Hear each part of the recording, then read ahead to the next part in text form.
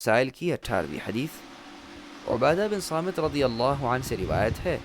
وہ بیان کرتے ہیں کہ رسول اللہ صلی اللہ علیہ وسلم کے ارد گرد صحابہ کرام رضی اللہ عنہم کی ایک جماعت تھی۔ آپ نے ان سے فرمایا، تم مجھ سے اس بات پر بیعت کرو کہ تم اللہ کے ساتھ کسی کو شریک نہیں ٹھہراؤ گے، چوری اور زنا نہیں کرو گے، نہ اپنی اولاد کو قتل کرو گے، اور نہ کسی پر تہمت لگاؤ گے، اور نہ کسی اچھے کام میں نافرمانی کرو گے۔ تم میں سے جس شخص نے ان باتوں پر عمل کیا اس کا ثواب اللہ کے ہاں ثابت ہے، اور جس شخص نے ان ممنوعہ کاموں میں سے کسی کام کو کیا پھر دنیا میں ہی اس کو سزا مل گئی تو وہ سزا اس کے گناہ کا کفارہ ہوگی، اور جس شخص نے ان کاموں میں سے کسی کام کو کیا لیکن اللہ نے اس کے گناہ پر پردہ ڈال دیا تو اس کا معاملہ اللہ کے ساتھ ہے۔ اگر اللہ چاہیں گے تو اس کو معاف کر دیں گے، اور اگر چاہیں گے تو سزا دیں گے۔ چنانچہ ہم نے ان باتوں پر آپ سے بیعت کی۔ اس حدیث کو بخاری اور مسلم نے روایت کیا ہے۔ وضاحت: اس حدیث میں جن باتوں پر بیعت لی گئی ہے ان میں شرک نہ کرنے پر بھی بیعت لی ہے۔ حدیث میں یہ بھی ذکر ہے کہ جس شخص نے ان باتوں کی مخالفت کی اور اس کو دنیا میں سزا مل گئی تو سزا اس کے لیے کفارہ ہے۔ اس سے دیگر دلائل شرعیہ کی روشنی میں شرک کو مستثنیٰ کیا جائے گا۔ شرک کی سزا اس کے لیے کفارہ نہیں ہوگی، اس لیے کہ شرک ایسا گناہ ہے جو ہرگز معاف نہیں ہوتا۔ ارشاد باری تعالیٰ ہے جس کا ترجمہ ہے، بلا شبہ اللہ تعالیٰ شرک کو معاف نہیں کرتے، شرک کے علاوہ گناہوں کو جس شخص کے لیے چاہتے ہیں معاف کر دیتے ہیں۔ ایمان اور اس کے مسائل کی 19ویں حدیث ابو سعید خدری رضی اللہ عنہ سے روایت ہے۔ وہ بیان کرتے ہیں کہ رسول اللہ صلی اللہ علیہ وسلم عید الاضحیٰ یا عید الفطر کے روز عیدگاہ میں تشریف لائے۔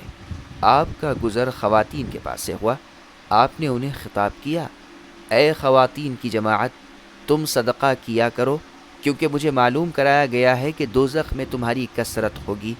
خواتین نے استفسار کیا، اے اللہ کے رسول، کس لیے؟ آپ نے فرمایا، تم کثرت کے ساتھ لعنت بھیجتی اور خاوندوں کی ناشکری کرتی ہو۔ میں نے تم سے بڑھ کر کسی کو نہیں دیکھا جو عقل اور دین میں ناقص ہو اور سمجھدار انسان کی عقل کو غارت کرتی ہو۔ خواتین نے دریافت کیا، اللہ کے رسول صلی اللہ علیہ وسلم، ہمارے دین اور ہماری عقل میں کیا کمی ہے؟ آپ نے فرمایا، کیا عورت کی گواہی مرد کی گواہی سے آدھی نہیں ہے؟ خواتین نے اقرار کیا۔ آپ نے واضح کیا کہ یہ ان کی عقل کے ناقص ہونے کی دلیل ہے۔ بعد از آپ نے فرمایا، کیا یہ حقیقت نہیں ہے کہ عورت جب حائضہ ہو جاتی ہے تو نہ وہ نماز ادا کرتی ہے اور نہ وہ روزے رکھتی ہے؟ خواتین نے جواب دیا، بالکل درست ہے۔ آپ نے فرمایا، یہ اس کے دین کا نقص ہے۔ اس حدیث کو بخاری اور مسلم نے روایت کیا ہے۔ ایمان اور اس کے مسائل کی 20ویں حدیث ابو ہریرہ رضی اللہ عنہ سے روایت ہے۔ وہ بیان کرتے ہیں، رسول اللہ صلی اللہ علیہ وسلم نے فرمایا، اللہ تعالیٰ فرماتے ہیں، ابن آدم مجھے جھٹلاتا ہے جبکہ اس کے لیے یہ جائز نہیں، اور ابن آدم مجھے برا بھلا کہتا ہے جبکہ اس کے لیے ایسا کرنا درست نہیں۔ ابن آدم کا مجھے جھٹلانا اس کا یہ کہنا ہے کہ اللہ تعالیٰ مجھے دوبارہ نہیں اٹھائیں گے جیسا کہ اللہ نے مجھے پہلی بار پیدا کیا، حالانکہ میرے لیے دوبارہ پیدا کرنا اس کے پہلی مرتبہ پیدا کرنے سے زیادہ مشکل نہیں۔